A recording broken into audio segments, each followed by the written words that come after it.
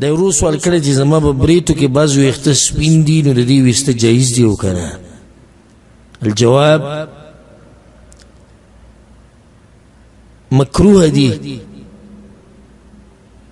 او دا فعل مکروه دی چې یو سړی د سر د ویښتو نه او د بریتو د ویښتو نه سپین ویښته وباسي.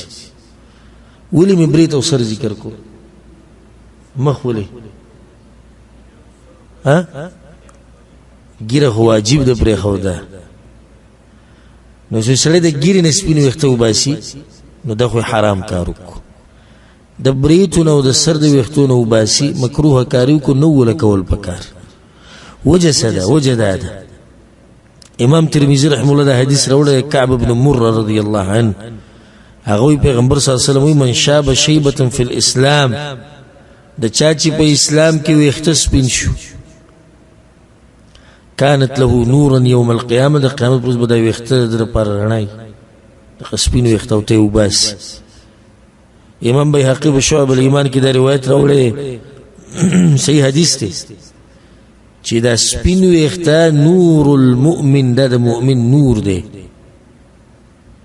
او لا يشيب رجل شيبة في الاسلام، او کله چې یو سړی بوډا شي په اسلام کې او په ویښتو کې سپین ولګي، دې خبرې ته غوږ کړي. رسول صلی الله علیه وسلم وایي د هر ویښته په مقابله کې ول الله نیکي ورکوي او یو درجه وله بلندوي. د هر ویښته په مقابله کې یو نیکي او یو درجه بلندېږي. یو حدیث کې دا هم راځي، ناشنا حدیث دی، امام بیهقي دا راوړی، رسول صلی الله علیه وسلم وایي چې دغه خو رڼا ده د مؤمن، فمن شاء فلینطف نوره، دا خو د مؤمن رڼا ده، که څوک دغه رڼا ختمول غواړي یو ختموي دي، نور که ختمول غواړي نو ختموي دي.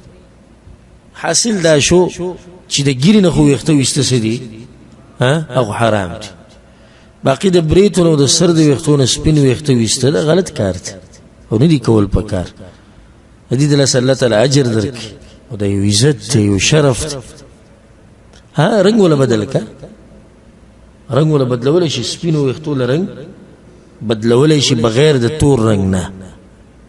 دغه وکړه خو دې ویښتې نه وي پکار. والله اعلم.